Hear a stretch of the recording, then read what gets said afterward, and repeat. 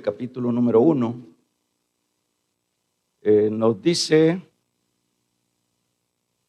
Santiago, que es el mismo Jacobo de la Biblia. Voy a leer siempre el versículo 1 y vamos a recapitular. Dice: Santiago, siervo de Dios y del Señor Jesucristo, a las 12 tribus que están en la dispersión. Salud. Hermanos míos, tened por sumo gozo cuando os halléis en diversas pruebas, sabiendo que la prueba de vuestra fe produce paciencia.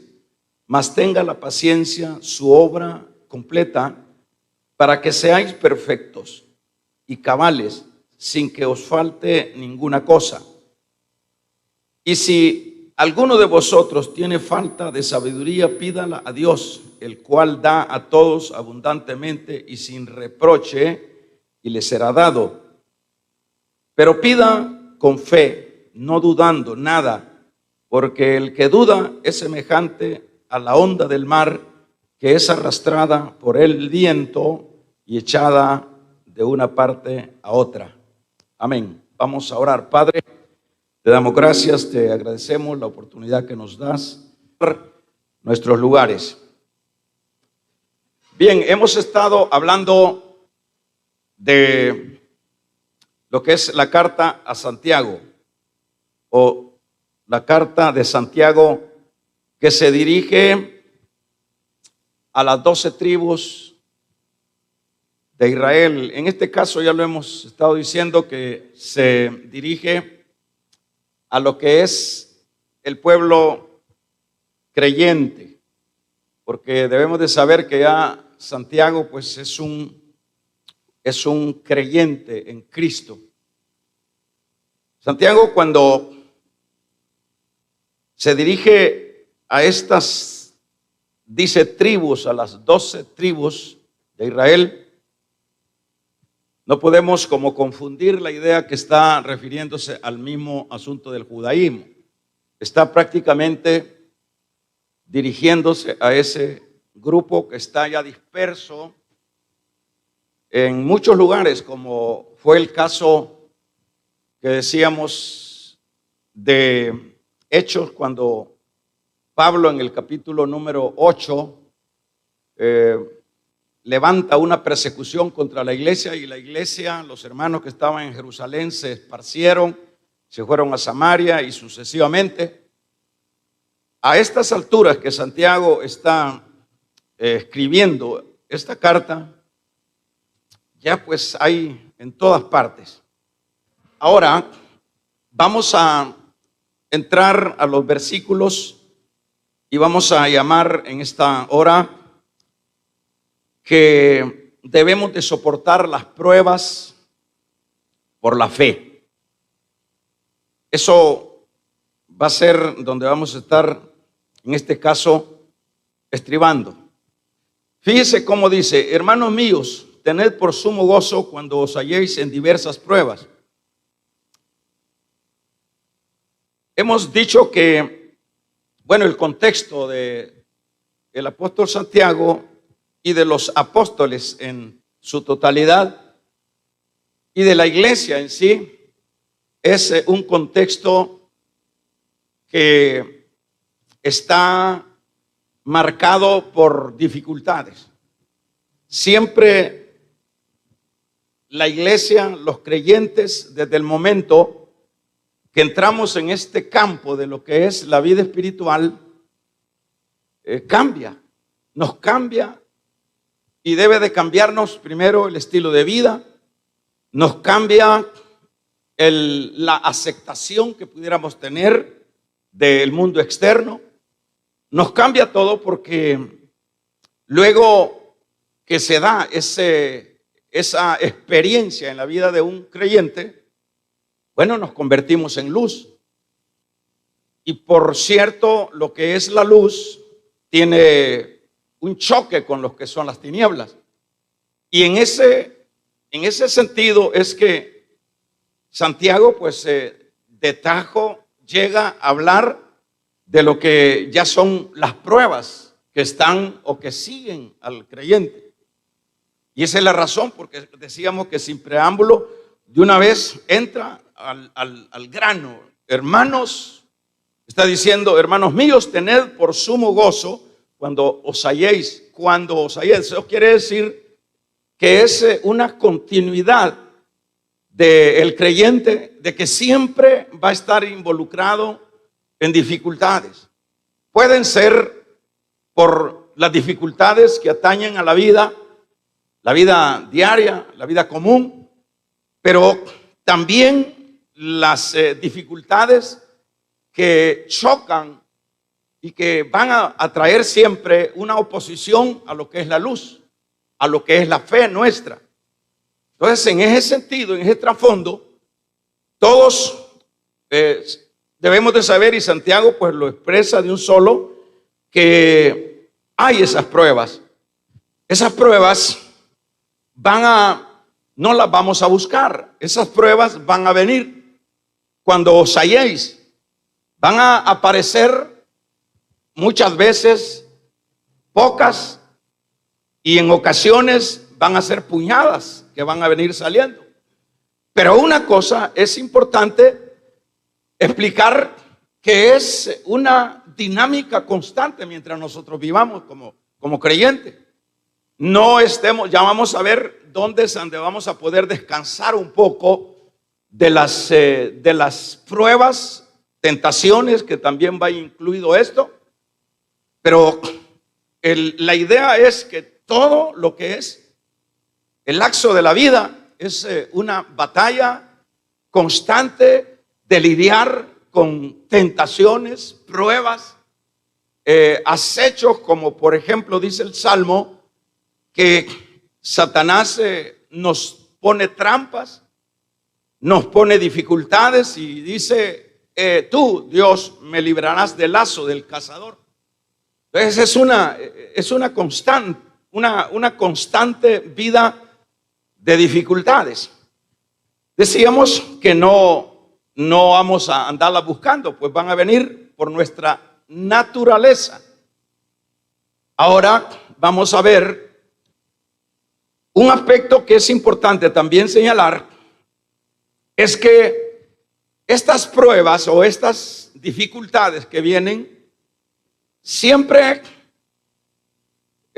van a estar ahí, y uno se puede preguntar, bueno, Dios nos va a ayudar, Dios nos va a sacar. Y ese es un hecho, que Dios siempre ha bendecido a sus hijos. Si pudiéramos mencionar cuántas veces Dios bendijo a Pablo, a Pedro, a Juan, cuando los liberó milagrosamente por medio de ángeles de las cárceles, a Pablo, y sucesivamente a un Daniel de los leones. Libró a los 3 hebreos de las llamas de fuego. No estamos diciendo que Dios no va a intervenir, pero por supuesto Dios va a intervenir en las pruebas de los santos, que somos en este caso la iglesia. Va a intervenir en su momento. Va a haber un periodo de que Dios va a permitir eso. Dios nos va a probar. Vamos a usar esa palabra. Dios nos va a probar, porque es importante ver que uno siempre es dado, hermanos, a presumir de nuestro cristianismo, de nuestra fe.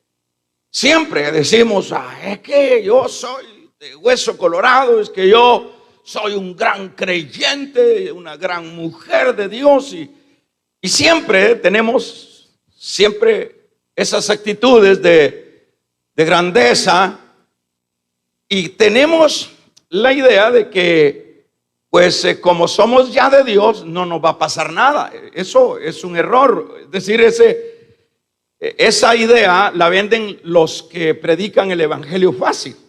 El evangelio que ya usted conoce, ¿verdad? Que es el evangelio de calles de oro, el de alfombra roja. Ese esa predicación ahí está, pero el evangelio original, el evangelio de la Biblia, es un evangelio de cruz, es un evangelio de batalla, es un evangelio de persecución, de pruebas, de angustia. Ese es el evangelio de la Biblia. Cuando nosotros escuchamos un evangelio que no lleva este contenido, de que son las pruebas, las tentaciones y sucesivamente, pues siempre hay que ponerle atención, porque últimamente eso es lo que se está predicando. Llámele, le embargaron, aunque hay mucho que hablar de eso.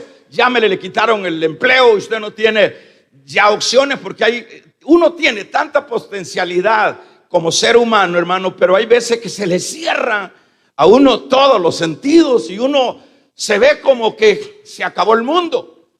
Eso no es normal.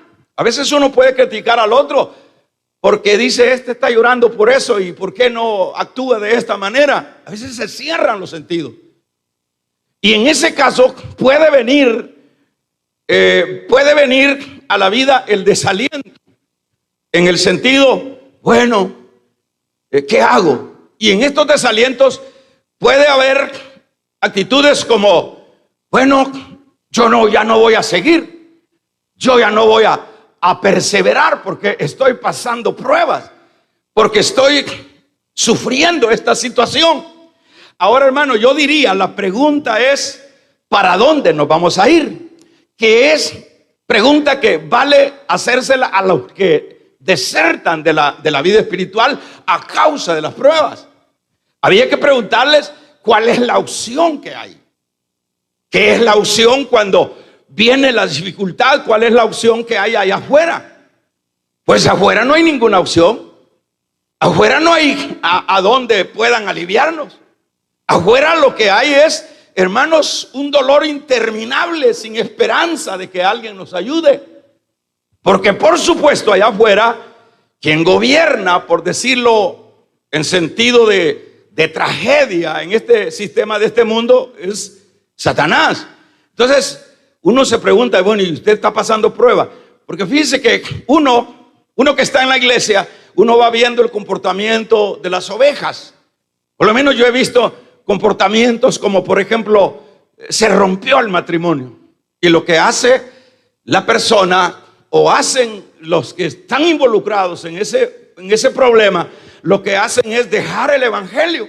Porque no aguantan. ¿Y para dónde se van entonces? ¿A dónde hayan un islote en este mundo donde puedan tener, hermanos, un solaz, una paz? No hay. Hay estas actitudes de desaliento. Puede llegar, otro aspecto es que la persona puede decir, bueno, no vale la pena estar sufriendo estas pruebas, estas situaciones, no vale la pena. No, el estar empeñado y que soy, un necio para estar, porque eso pudiera haber dicho Pablo. Pablo pudo haber dicho, soy un necio, me encarcelan acá, me aporrean allá, me persiguen allá, estoy aguantando hambre, frío, estoy siendo perseguido por los mismos paisanos. Y eso pudo haber dicho Pablo, esto no tiene sentido, esto no es otra cosa sino un loco fanatismo. Pudo haber dicho Pablo. Es decir, viene el desaliento en diferentes maneras cuando viene la prueba. Una es, no aguanto y tiro la toalla, como dice. El otro es, no tiene sentido porque entonces había que preguntar siempre de nuevo, ¿cuáles son las opciones? Sobre todo a los creyentes. ¿Cuáles son las opciones? Por ejemplo, si usted me pregunta, o yo le pregunto a usted, si usted es un verdadero creyente, yo le pregunto a usted, hermanita, ¿de dónde viene? Y usted me pregunta a mí, ¿de dónde vengo? Pues no venimos de otro lado, sino de afuera, a donde asustan. Allá donde hay de todo. Allá donde no hay amor. Allá donde lo que hay es egoísmo, odio y desgracia. Eso es lo que hay afuera. Eso es lo que hay en el corazón del hombre no regenerado. No venimos de un planeta donde no ha estado no ha estado lleno de gente, sino que solo nosotros y hemos, no, me voy para mi planeta. No, la opción que hay es ir otra vez al fango. Como Pedro dice, que vuelven como el perro dice al vómito. Es decir, el pobre perro, imagine qué cruel, qué frase tan terrible dice Pedro, que es como la puerca lavada, se va otra vez a meter al charco. No hay opciones. Allá lo que hay es charco. Allá lo que hay es vómito. Entonces viene, esto es bueno saberlo, porque más de algunos de ustedes, las hermanas o los hermanos, o los que me están escuchando a distancia, están diciendo, yo no aguanto, yo voy a tirar la toalla. ¿Y para dónde te vas a ir? Mándame un correo y decime, aquí hay una opción para aconsejar aquí a los hermanos que estamos predicándoles, que ya se encontró y que tú encontraste una opción, que hay una salida para salirse afuera. Vamos a ver. ¿Cuántos de ustedes están diciendo, yo no aguanto este problema con este hombre, con esta mujer, con estos hijos, con este problema económico? Yo ya no aguanto.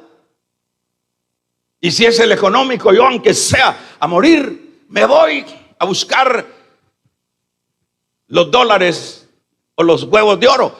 Me voy a buscar esa salida. No hay acción, no hay salida, no hay opciones, hermano. Un tercer aspecto es, bueno, fíjense que cómo se puede prestar para desalentarnos en las pruebas. Un tercer aspecto es que viene el enemigo, siempre el enemigo va a estar monitoreándonos. Eso no lo dejemos de saber, que el enemigo siempre va a estar monitoreándonos y nos va a decir, probablemente se lo dijo a Pablo, se lo dijo a Pedro, se lo dijo a Job. Le va a decir, ¿a dónde está tu Dios? ¿Dónde está tu Dios?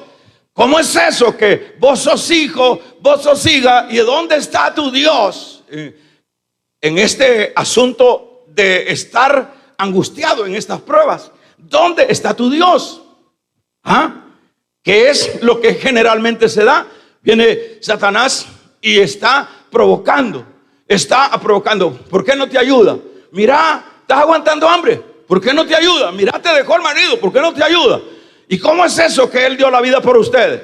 ¿Y cómo es eso que él es su buen pastor? ¿Cómo es eso? ¿Acaso no es una contradicción de ese Dios que ustedes tienen? Es decir, viene a la mente pensamientos de eso. Entonces, ¿qué es lo que sucede en eso? Lo que sucede es que muchos desisten, que muchos caen una vez más en el hoyo, muchos desertan y se van de Cristo y se aborta lo que es, hermanos, lo que Dios quiere con esto de las pruebas. Fíjese que puede venir a la mente, Dios ni existe, porque si existiera, ¿cómo va a permitir que yo esté sufriendo? Si yo soy su niña, si yo soy su niño, si yo soy su bebé, si yo soy la niña de sus ojos. Entonces no es cierto ese Dios al cual yo he creído. Mire cuántas cosas debemos nosotros saber dentro de la vida espiritual, porque si no sabemos, si se no nos predica estas verdades, hermanos, yo me pongo a pensar en lugares, no es criticar, en lugares donde no les enseñan a la iglesia, donde no les enseñan doctrina, donde no les enseñan palabra de Dios, porque una cosa es una predicación, pero otra cosa es una enseñanza.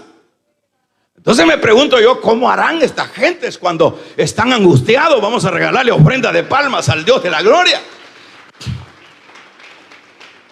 Dice, yo me pregunto, pobre gente, pues que hay unos que gritan y tienen gracia para hacerlo. Pero digo yo, y cuando a este pobre hermano le viene la prueba y nunca le han enseñado qué es lo que hay en el trasfondo de la vida espiritual, son como congregaciones fugaces o cristianos fugaces sin fundamento, como cuerpos sin columnas. Entonces, en este caso es necesario, cuando a uno le están enseñando, ¿qué es lo que le están? Es lo mismo, o pudiera ser como una cosa para ejemplificarlo. El caso de el estudio, su universidad. ¿Qué es lo que va a hacer a la universidad? A aprender la carrera que usted ha elegido. Si es el sinnúmero de materias que tiene que sacar. Para lograr el título, usted tiene que pasar, cursar las materias, ganárselas. Y luego usted sale a la calle y sale al mundo secular con algo que usted se lo ganó.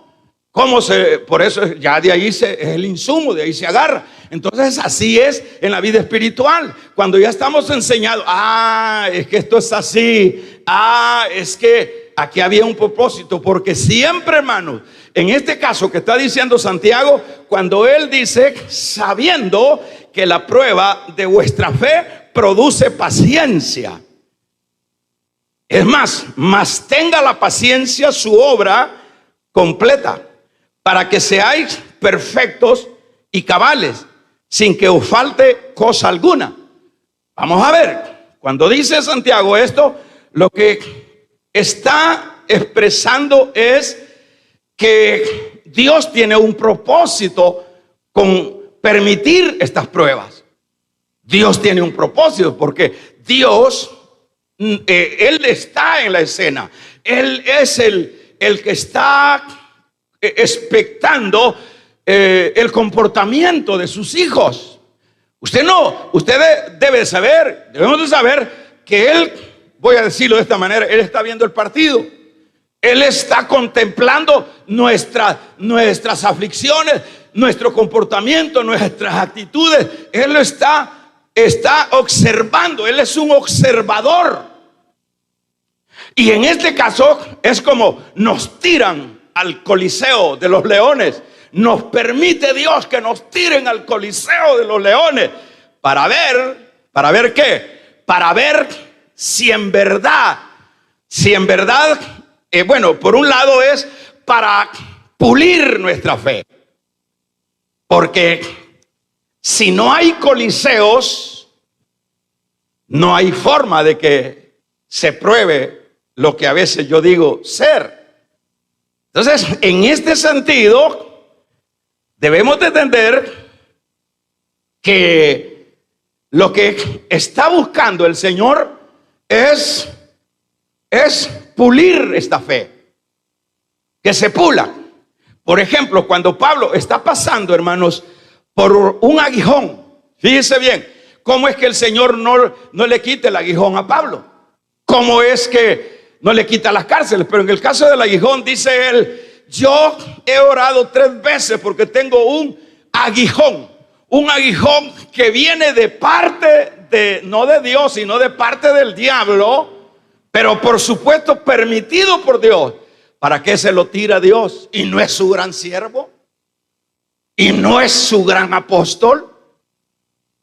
¿Para qué permite Dios tirarle un aguijón que no se sabe? Algunos piensan que Pablo, cuando estaba predicando, y Dios, para avergonzar a Pablo, era epiléptico y caía. Son como conjeturas porque no dice cuál era el aguijón. Otros dicen que no miraba, por eso le decía a los Gálatas, escribo con letras grandes porque no miraba. Otros decían otros asuntos, hermanos, que avergonzaban a Pablo, y que no solo lo avergonzaban, sino lo hacían sufrir. Pero entonces viene Pablo y dice, bueno, si yo tengo un Dios poderoso, y le ora 3 veces al Señor, y dice él, yo a causa de este aguijón, pruebas, a causa de este aguijón, yo le he orado 3 veces al Señor. ¿Y qué es lo que le dice la bendita respuesta? Pablo le dice, sí, ya sé, papá, le dice, ya sé, mi hijo, ya sé que está sufriendo por ese aguijón, pero ¿sabes una cosa, Pablo?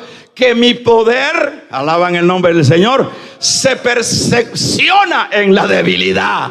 Entonces es ahí donde Pablo dice, dele fuertes esas palmas al Señor de la gloria. Ahí podemos ver que hay un propósito con que Dios permita las pruebas. No es que Él está ajeno de lo que te está pasando. Entonces viene, en este caso, para ilustrar el caso de Pablo, le dice, no, Pablito, le dice, no, Sí, yo sé, me duele a mí, pero mi modo no puedo evitarlo. ¿Podía sanarlo Dios? Sí. Claro, lo podía hacer. ¿Puede arreglarle esos hijos el Señor? Sí, claro.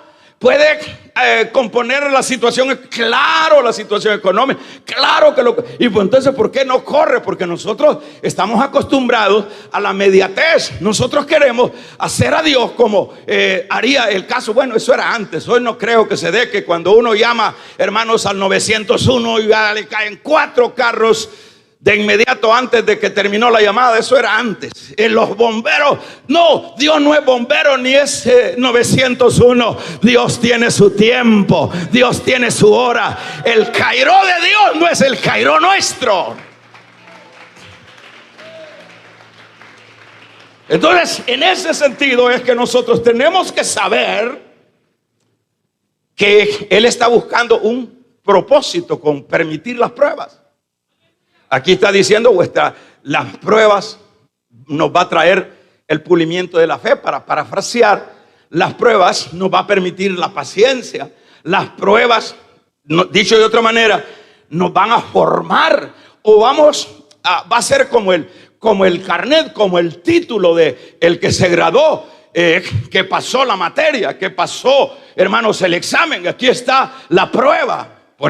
Podríamos preguntarle a Pablo si pasó esa materia de la prueba, si pasó esa parte difícil. Podríamos preguntarle a Job, podríamos preguntarle a Pedro, podríamos preguntarle a los siervos de Dios. Por eso entendamos, hermanos, que el evangelio no es lo que lo han deformado ahora. El evangelio no es tremendamente doloroso ver el evangelio fácil, el evangelio que solo, hermanos, que solo apunta a lo humano. Usted tiene que ser rico acá, usted tiene que levante el campeón que está dentro de usted para que usted triunfe en lo económico. Que el Señor reprenda al diablo. Vamos a regalarle ofrenda de palmas al Dios de la gloria. Dentro de usted está un gigante y va usted a coronar riquezas y va a lograr esto. Ese no es el evangelio de la Biblia. El evangelio de la Biblia es otro. Y es este que está en la, ¿verdad, hermanito? Es este que está en la Biblia. Vamos a ver. Y ahora vemos acá, el propósito es ese. Pablo, yo quiero. Entonces viene el hermano Pablo y dice: ahora entiendo. Dice que el poder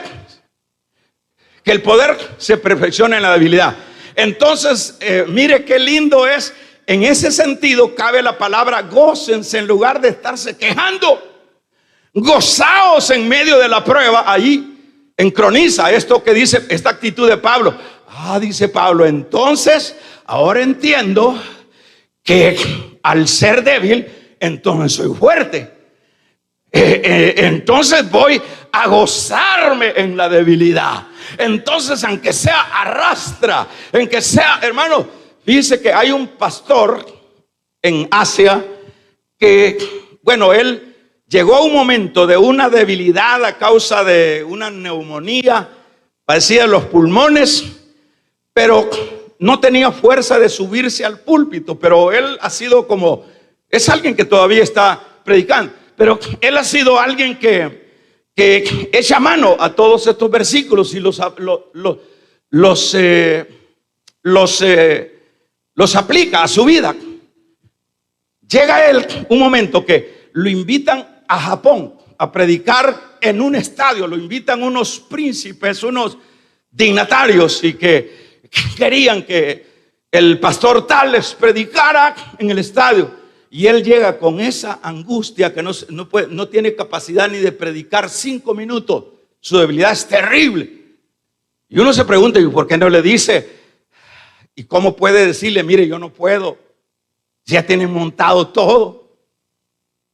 Entonces, él viene y dice, Señor, yo lo voy a hacer. Y el hermano lo hace.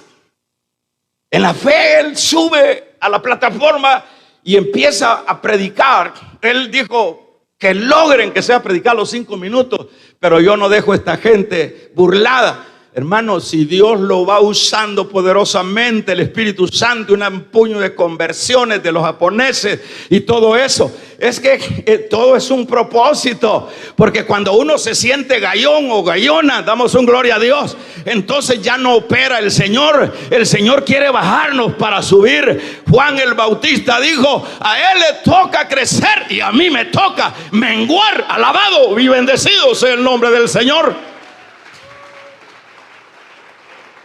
En este sentido, entonces nuestra fe se va a probar. El propósito de Dios es que nos forjemos. Porque si no vienen las pruebas, hermanos, si no vienen, esto vamos a decirlo de esta manera. Por ejemplo, Pedro, cuando Pedro habla con respecto al oro, vamos a ver, en el capítulo 1 de Primera de Pedro habla del oro. Vamos a ver, ahí habla del 6 al 7, si usted tiene tiempo lo puede chequear, yo voy corriendo.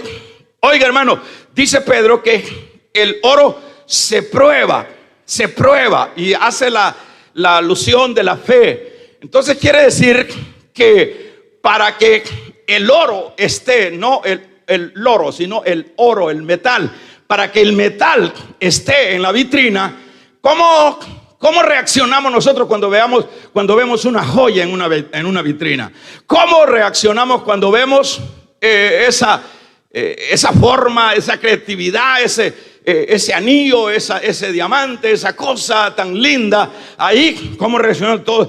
Todos codiciamos, todos decimos: qué preciosa joya, y sucesivamente. Y la sacaron del oro, pero alaban el nombre del Señor, hermanos. Y Pedro hace esa alusión en vamos a ver, veámoslo, en la primera carta, versículo número 1, ahí está cerquita. Para que sometida, dice, vamos a verlo desde el 6. En cuanto a vosotros, alegraos, aún que ahora por un poquito de tiempo, si es necesario, tengáis que, ¿qué dice? Ser afligido. ¿Por qué? ¿Por qué? Léalo conmigo. Por diversas pruebas. Ajá, si es necesario, ahí van a estar lo necesario. Para que sometida a prueba, ¿cuál? Vuestra fe, mucho más preciosa que el oro, el cual, aun cuan perecedero, se prueba en fuego, sea hallado en alabanza y gloria y honra cuando sea manifiesto Jesús. Gloria a Dios, hermanitos. ¿Cuántos me están entendiendo? ¿O cuántos? ¿O me estoy dando a entender? Esto corrobora. ¿Qué quiere decir? Que para que llegue ese oro a esa vitrina y que tiene un gran valor, ¿de dónde? Veamos, estudiemos el proceso de dónde viene esa piedra, ese metal precioso, caro, de las profundidades de la tierra, de las grandes inversiones, a tal grado que los que se dedican a la minería solo son compañías millonarísimas que tienen que invertir millones de millones, hermanos, para hacer grandes excavaciones, hacer ciudades, carreteras debajo de la tierra. Y ahí van sacando las migajitas, y ahí van sacando el polvito, y ahí van sacando, y allá lo agarra, luego que lo agarra el limatero, el que trabaja el producto ya para hacer la joya, a pura lima y a puros ácidos y sucesivamente, aleluya, y a puro soplete y a puro fuego, hasta que hace aquello bonito. Pues así es nuestro Dios, es el alfarero. Damos un gloria a Dios. Nuestro Dios es el artesano para hacer las joyas. Levante la mano, las joyas del Señor. Pero las joyas del Señor tienen que ser pulidas. Vamos a regalarle ofrenda de palmas al Dios de la gloria. Ahí viene el limatón, ahí viene la prueba. Viene el otro limatón ácido, y viene el soplete.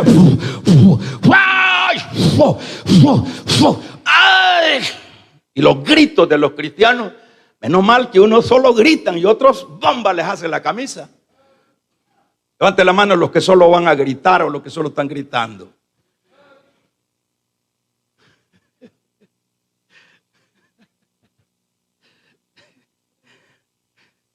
Aquí hay unas nenas que solo se resbalaron en una saliva. ¡Ay! Qué desgracia que en esta iglesia no barren y me deslicé en una saliva.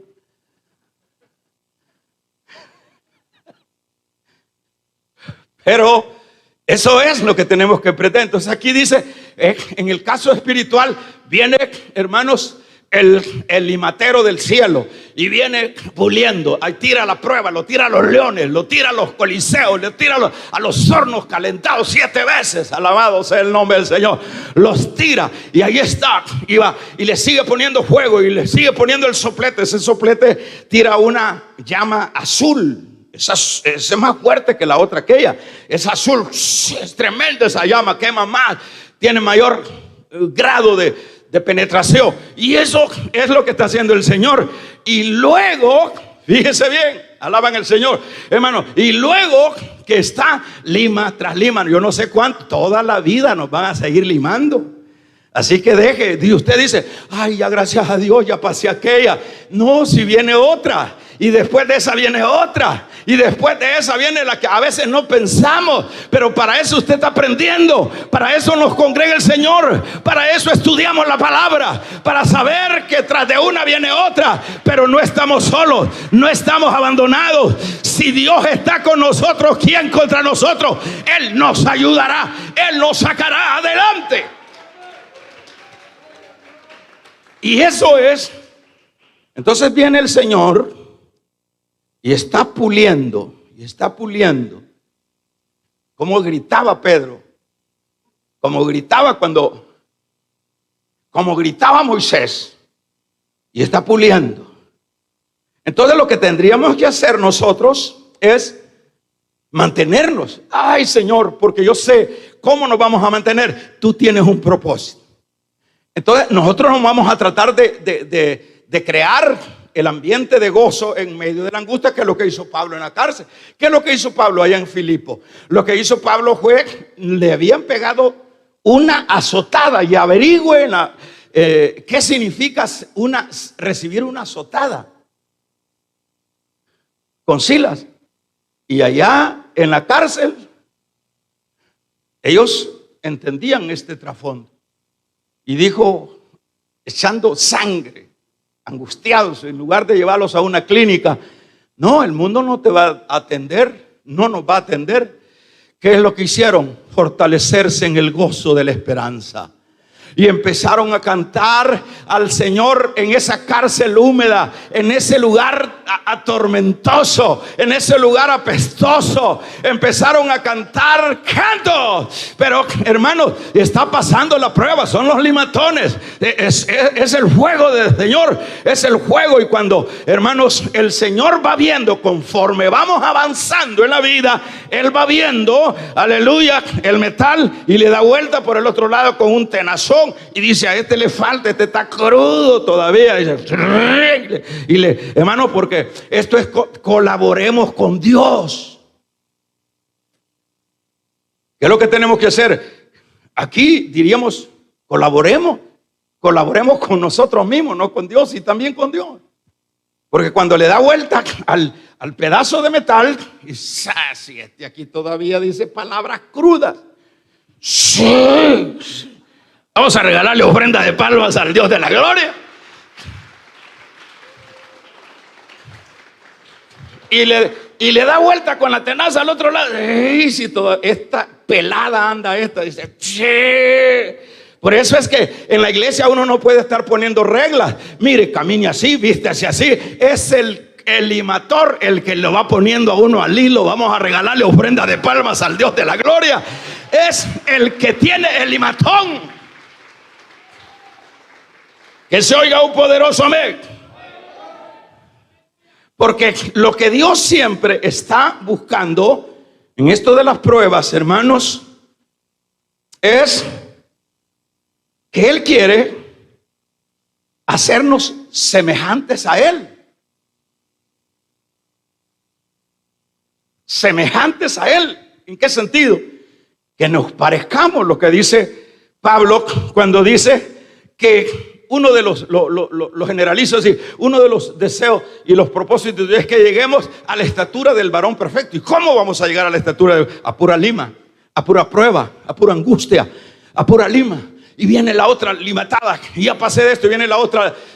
Lo lindo de esto es que no estamos solos. Siempre tenemos al buen samaritano, que aun cuando estamos tirados a causa de la prueba, aun cuando pase el pastor religioso y no haga nada por nosotros, y pasa el otro que dice tener a Dios y no hace nada por nosotros, pero viene el buen samaritano, alabado sea el nombre del Señor. El buen samaritano nos recoge, nos pone de su aceite, nos lleva al mesonero.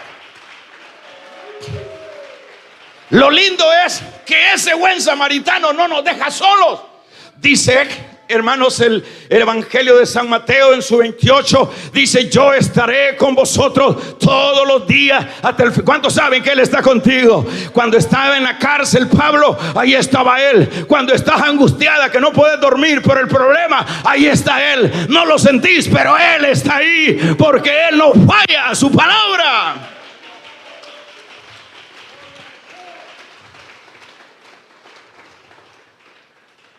Eso oigo un amén.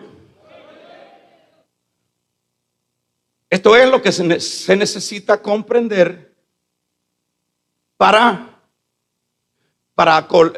colaborar con Dios, es decir, hacerle menos el trabajo y colaborar con nosotros. Porque la prueba va a ir bajando cuando más vayamos brillando. Esa es la medida. Vaya, le pongo el ejemplo.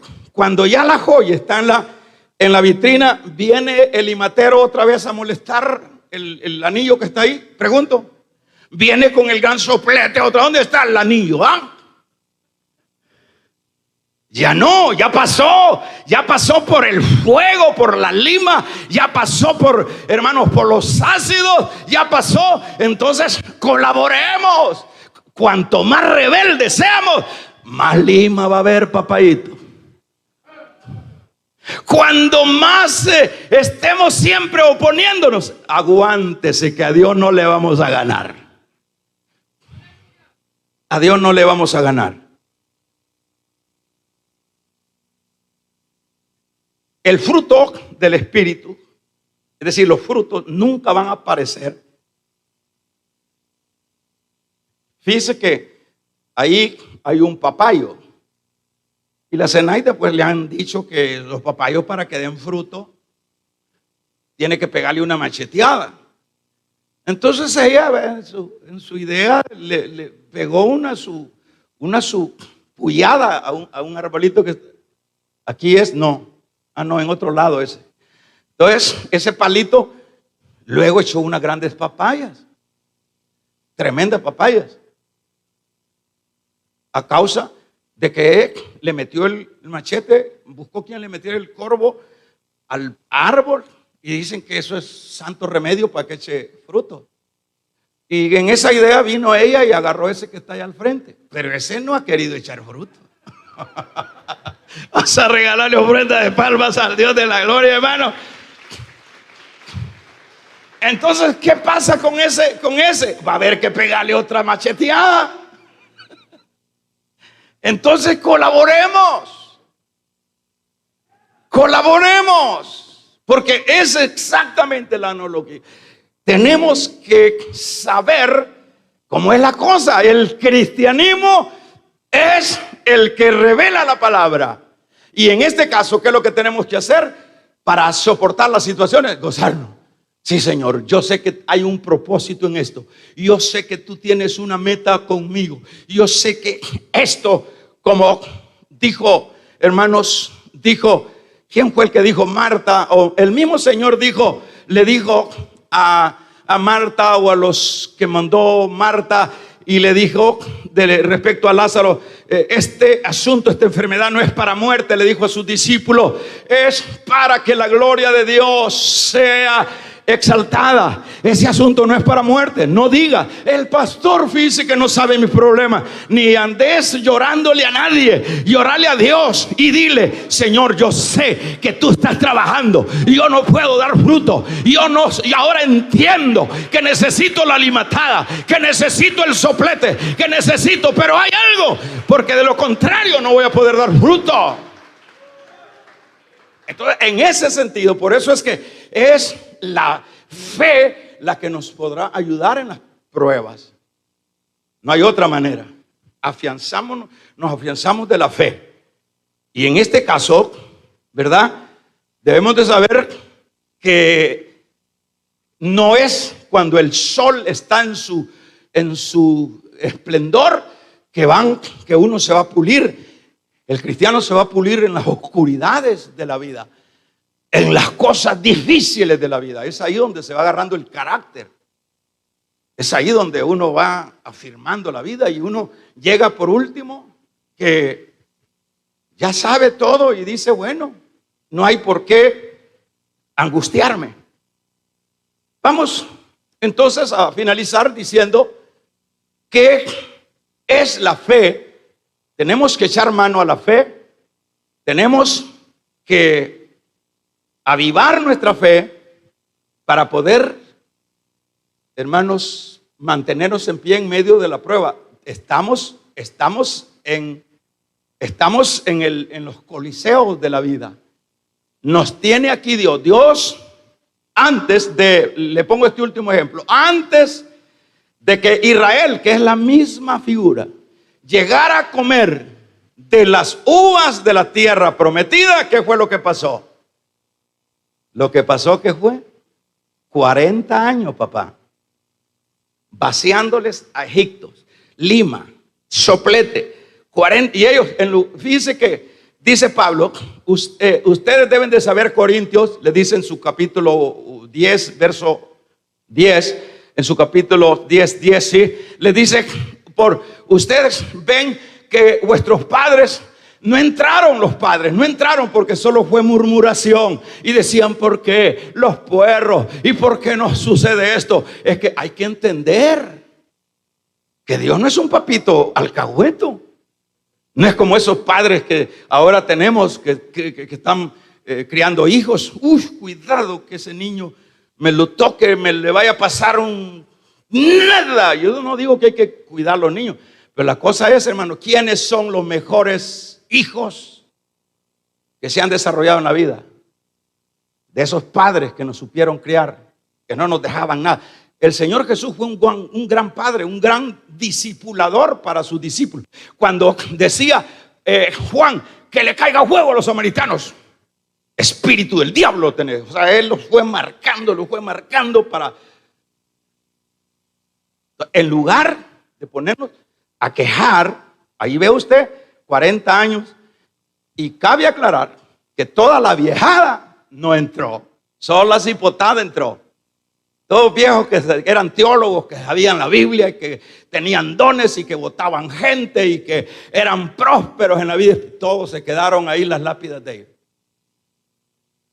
Entraron por los que ellos decían que los habían sacado a morir con sus niños. Entraron los niños y no los viejos. Así es la vida espiritual. No vas a entrar así de paquetillo con un ataché perfumadito, espiritualmente hablando, a saber, con todos los detalles de la ética. Yo me imagino que los que entran van entrando allá al cielo, llevan las botas llenas de lodo, hermanos, así como soldados que están rayados cuando van a la guerra, con los maletines, porque van en la... No creo que Moisés haya llegado allá con las uñitas bien bonitas, repiladas. Llegó sin duda, bueno, Juan ni cabeza llevó, pues. A Pablo también le cortaron la cabeza. Así que cuidado con el evangelio moderno. Pónganse de pie, hermanitos.